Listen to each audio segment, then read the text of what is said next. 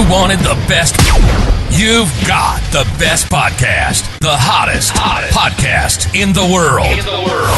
The Chris Voss Show, the preeminent podcast with guests so smart you may experience serious brain bleed. The CEOs, authors, thought leaders, visionaries, and motivators. Get ready. Strap yourself in. Keep your hands, arms, and legs inside the vehicle at all times, because you're about to go on a monster education roller coaster with your brain. Now, here's your host, Chris Voss. Hi, folks. It's Voss here from thechrisvossshow.com. There you go, ladies and gentlemen. There are ladies things that makes it official. Welcome to the big show. We certainly appreciate you guys being here. As always, the Chris Voss Show is the family that loves you but doesn't judge you. And we don't loan money, so just quit asking us to loan you money. Go to goodreads.com/Chris Voss, LinkedIn.com/Chris Voss, Chris Voss one on the TikTokity, and all those crazy places on the internet. Thanks, Monis, for tuning in. We have an amazing young man on the show with us today. We're going to be talking about his insights and his new movie that is out. Stewart Warren Dansby joins us on the show. He possesses a diverse range of talents and accomplishments. His journey encompasses both creative pursuits in media production and significant achievements as a fighter and in martial arts. He's an executive producer and protagonist of the documentary Taking the Fight. Stewart has garnered considerable acclaim. The film's impressive track record includes screenings at 25 film festivals and winning 31 awards across multiple categories such as Best Feature Documentary, Best Inspirational, Best Direction, Editing, and Best Original Musical Score.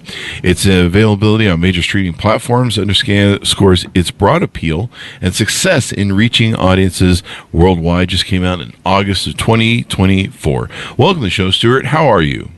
I'm perfect, man. I think the only part you didn't get accurate on that was introducing me as a young man. But young man. We try and give people. I'll take it. I'm perfect. How are you? We're all young, right? I am good, Stewart. Thank you for coming on the show. Give us your .coms. Where do you want people to find you on the interwebs? Anything about the film, you can find it. It's simple, takingthefight.com. Mm-hmm. And for me personally, Stewart Warren Dansby on Instagram, and also Taking the Fight is on Facebook as a Facebook page as well. So any of those places you want to reach out, please do. There you go. Give us an overview of the movie that you just put out. Okay. So Taking the Fight follows my journey, taking my first fight at the age of 56 against a 26-year-old. And it follows me for 6 years, continuing to fight and finally having the opportunity to fight, pursuing a championship, and having that opportunity at the age of 62 against a 32-year-old. And I do that with a right knee that, according to the last surgeon that was in there, medically speaking, I shouldn't be able to walk on. I don't have an ACL. I have grade 4 arthritis on bone. My left knee, grade 4 arthritis, surgically repaired ACL. I have a degenerative disc in my neck, and I have asthma. And I started fighting at obviously a much later age. But Taking the Fight is not a fighting documentary any more than Rocky is a boxing movie, right? Mm-hmm. We use fighting as the metaphor for every person to understand we all have a fight, right? We all have things that hold us back from what our dreams really are. And we're all told, I'm not as smart as that guy. I don't have the resources of that girl. I could never get that girlfriend or that boyfriend. We all have things that hold us back from what our dreams are. Mm-hmm. What Taking the Fight is, and I'm simply the conduit to tell the story, is how do you get out of your own head? How do you understand what your dream really is? And some of us are really afraid to bring that dream to life, right? And then how do you put that energy into the world? And I call it the want it more than you want to breathe energy. How do you put that energy into the world to attract the people and the resources that you need? Because especially in this country, those people and resources are all around you, right? Mm-hmm. But until you give your dream that I want it more than I want to breathe, that's when they start coming forward. And if you give them a little bit more than what they thought they were going to get, mm-hmm. they'll give you more. And then everybody rises. So in a nutshell, we made sure that as we edited and told this story, that if the average person turned on and looked at this and said, I'm not a fighter, I'm not an athlete, they could still watch it and understand that message of how to lead their most passionate, achieving life. There you go. So tell us about your growing up. How did you go through your life. What was some of the things that shaped you and motivated you that got you to this point where at 56 you're like, hey, I'm going to, take up something that young kids usually take up? Yeah, it sounds a little silly when you shape it up that way. Mm-hmm. I was raised as a military child. My father was, part of that greatest generation, a 30-year military man. So I bounced around Japan, Greece, a lot of time in Canada. It's probably one reason why I live in Miami, and I'm very comfortable living in Miami as a minority, and why I'm able to appreciate and enjoy this culture, this diversity of this culture, right? Mm-hmm. But as a kid, I always got in fights, right? And my mom made the silly mistake of saying to me, you're small, so you're going to get picked on, and make sure you punch somebody back if they punch you. And that was kind of given the keys to a Ferrari to a race car driver, right? Mm. So I got in a lot of fights as a kid. It's just something I enjoyed doing. But as you get older in life, that stuff you kind of can't do, or you're going to get in trouble. And it was always there in the edge in my teen years, getting into fights, and early years of adulthood. But you got to abandon that. And I was always into fitness, but that urge, I think, was always still there. And I trained for years and had a friend of mine that was a kickboxer, and I wanted to learn to take up boxing. So I said, hey, I don't know anybody, but I'll try this. And that first day he trained me, it was the most frustrating, humbling experience I ever had. And I truly didn't, I always thought I was an athlete until I did that. And then I just felt impotent, completely like a rock'em sock'em robot. I couldn't do anything. Mm-hmm. And it was absolutely, I use the word humbling. And I couldn't get over that. And I just knew at that moment, I'm like, I love this though, and it can't beat me. I've got to be good at it. And it's just a passion, if you will, was lit inside me. Wow. There you go. And I mean, you had definitely some health issues that we all kind of accumulated over a lifetime where we, things happen to our bodies. I mean, I've definitely done a few things to mine, but did any thought go into that? Hey, I like this passion. I'm not sure that I'm the right man for the job. Yeah. That's an interesting question. I think one of the things I've never looked at, and you might say it's stupid, but it's actually, in the long run, it's helped me. I never looked at the age difference of the guys I was fighting, right? So I never thought, I'm going against a guy who's 21. I'm 52, 53 at the time, right? I'm just looking at a guy going, okay, he's got a great low kick. He's got a great jab. What am I going to do to compensate for that? And I approached my injuries the same way. I always, going into it, there were certain things I knew I couldn't do with my right knee. It doesn't have an ACL. That's what holds your knee stable from lateral movement. And so the guys that were coaching me, and as I got into more professional coaches, we simply looked and said, all right, you can't do this. What can you do? And we never thought about it other than let's play to our strengths. What are we capable of? And that's how we looked at it. I think there's a point of view, and this is really important. And it's a message of the documentary that we as human beings, I think the two most stressful words we have in the English language are problem and obstacles. So if I walk up to you right now and I say, hey, Chris, we got a problem. Internally, like, how do you react? You're like, oh, shit. Like, you take a breath and your heart rate goes up a little bit. If I walk up to you and say, hey, Chris, we need to solve a challenge. It's a totally different internal reaction in your mind, right? Of how we're going to function. And this is solvable. And so I think for us as a team, and this is definitively about the team of world-class coaches and fighters and my wife that have surrounded me with love and support and knowledge, we always looked at things as simply a challenge. We never looked at the knees as a problem. We never looked at the degenerative disc in my back as a problem. It was simply, how do we overcome these challenges? And if you focus anything in life on that, you're going to find a way to get past that challenge. Definitely. If you look at things from a victimhood standpoint, oh God, I can't do this. Oh God, I'm not equipped to do this. I don't have the right skills, yada, yada, yada. Then you're going to have troubles. And so, what is it? It's the perception of how you greet things that make all the difference in, being successful or just failing and quitting, basically. Yeah. And I think it's so easy to fall into that victim mentality. There were a couple of times within my fighting career when I did, and my team snapped me out of it, right? Where I started thinking I'm a victim. Before my last fight, the state of Florida Boxing Commission did everything they could in their power not to license a 62-year-old trying to fight a 32-year-old.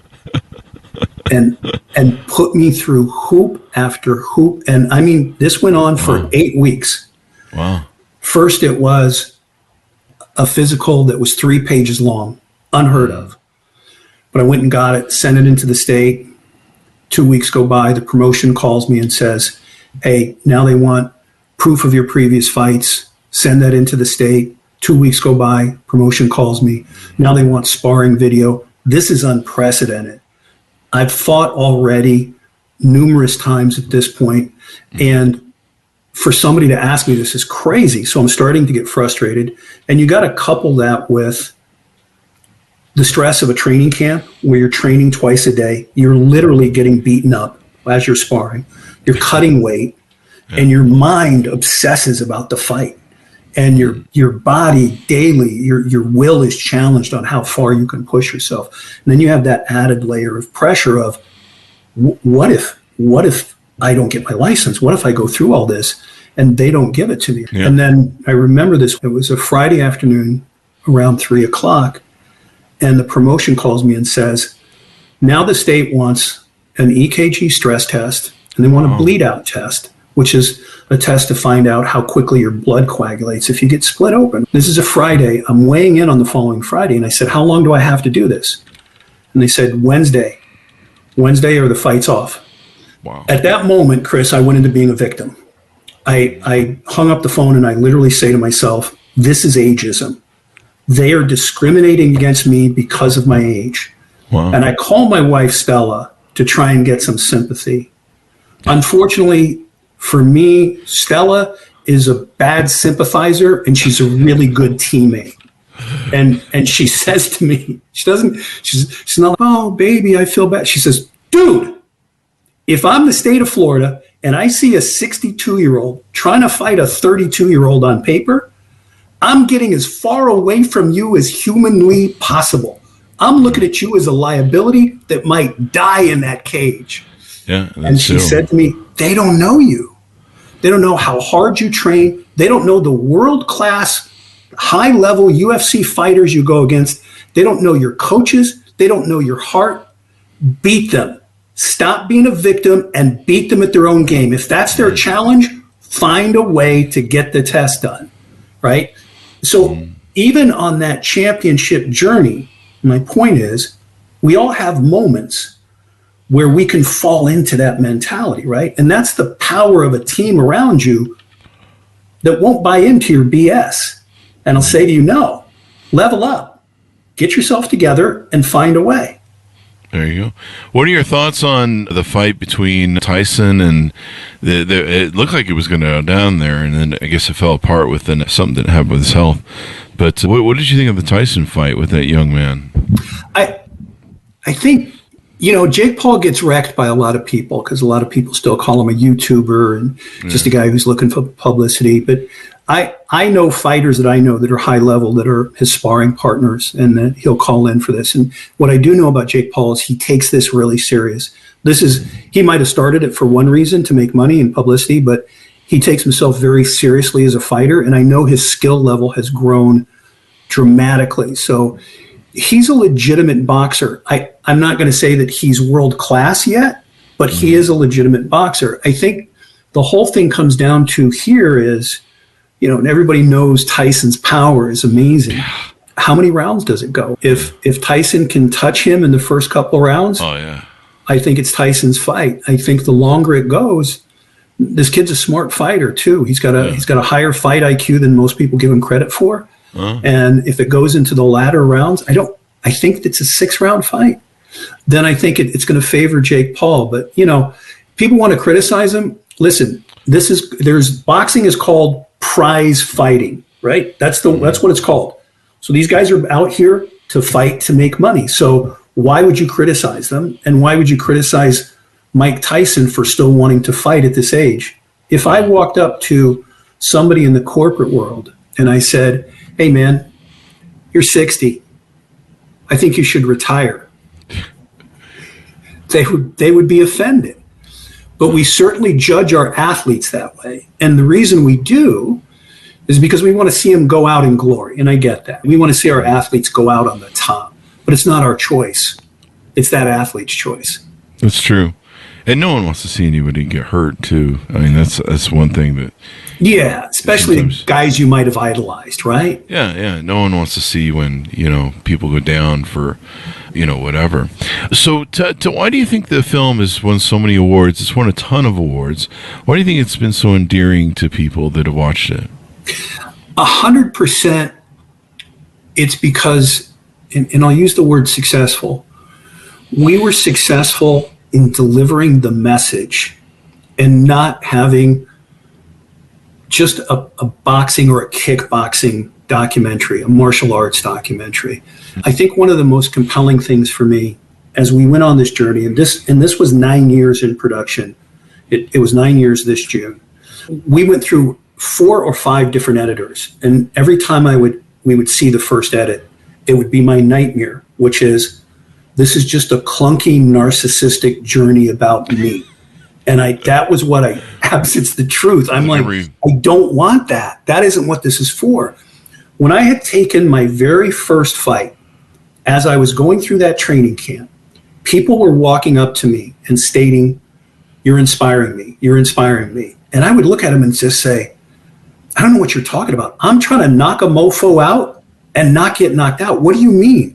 But it kept happening. People telling me, you're inspiring me to lose weight. You're inspiring me to do this. And after my first fight, I fought in a tournament. I got to the finals. I lost in the finals to a 6'2", 20-year-old. And as soon as the fight was done, he looked at me and he said, how old are you? The second it was done. And I told him. And they held up his hand as the winner. And as they held up his hand, he grabbed my hand and he held it up. And Chris, he's crying. And he says, wow, this is your champion. This is your freaking champion right here. Wow. And as he did that, as I started to walk off, grown men were coming out of the stands and holding me, guys I didn't know, and wow, telling me crazy stuff. Wow. And this is a true story. As I walked off, I said to myself, God blessed me with a journey I should not have at this age with these injuries. I'm going to pay it forward. There's a message here of how to overcome what you perceive as obstacles and problems and how to achieve your dreams. And I am going to deliver this message in the form of a documentary. And I sat down with my partner, Carlos Arieta, who owns Roar Post. And I'd known Carlos for years. We'd done some other television together. And I poured my heart out to him on what I wanted to do. And he said, okay, first thing is, this is not a story of fighting. And I kind of sat back and I said, what do you mean? And he said, this is a story of love. And instantly I got that epiphany. I'm like, you're right. It's the love of the dream. It's the love of the people that surround me. It's a story of love and belief of what you want to do. And so we set out at that moment to create this documentary. And after 4 or 5 edits, after obviously a lot of years, we finally had somebody that was close to us, both knew me and worked with Carlos as an editor, that stepped up and said, give it to me. I know this story. I can do it. Mm-hmm. So we re-edited it, and I was blessed to do a lot of that editing side by side with another Carlos Pita, where you get 10 minutes done. He'd say, sit down, tell me if this is good, tell me if this is the message. So we worked super hard to deliver a message that was universal for everyone. Mm-hmm. And the most compelling truth of that was, as we did the film festival circuit, we probably did 5 or 6 or 7. I would have loved to have done them all, but you just can't afford to fly all those different cities. And people would come up to me that were screening it from the audience that I didn't know, that were clearly not athletes. And they would say things like, I would never watch a boxing or a kickboxing or a fighting movie normally, but I watched the trailer and this interested me. And they said, I get it. I get what I have to do to lead the life I want. And there was a moment, we were blessed to also win the LA Documentary Film Festival. And they send you a viewer's critique. 6 different viewers they have that critique it. They send you a video. They sent me a video and they called me the next day. They said, "Did you watch the video?" And I said, "No." And they said, "Why not?" And I said, "Guy, because if they said bad things, I can't. This is my life, my mission. I can't change it." And they said, "Watch the video, dumbass. It's okay, right? You won the film festival. Just watch the video." So I did, and I sat down with my wife and we watched it, and we actually teared up because, again, none of these 6 people were athletes or fighters, and every single one in their own way understood the message of what they needed to do and would want to do in their life to achieve their dreams and to achieve their most fulfilled life. So I think it was like everything, right? It's the storytelling. And this is factual. Don't get me wrong. It's a documentary. Nothing's scripted. You can't make it up. I go to film with a fighter that I'm fighting. Trust me, he's not looking for the same happy ending I am, right? He's there. He's sure, I'll sign a waiver for my image. Yeah. And I'm going to knock your ass out. So it's all real. But I think the storytelling and a little bit of maybe divine intervention in helping me tell the story, because my mission has been to help others in guiding my path, I think is what got us there. There you go. There you go. And it's a great movie. People can watch it as a documentary. As we go out, give us your final thoughts to people on where they can go watch the movie, where they can see it online, and .coms. Okay, perfect. Love to. So it's now streaming on Amazon Prime, on iTunes, which also is Apple TV. Not everybody knows that.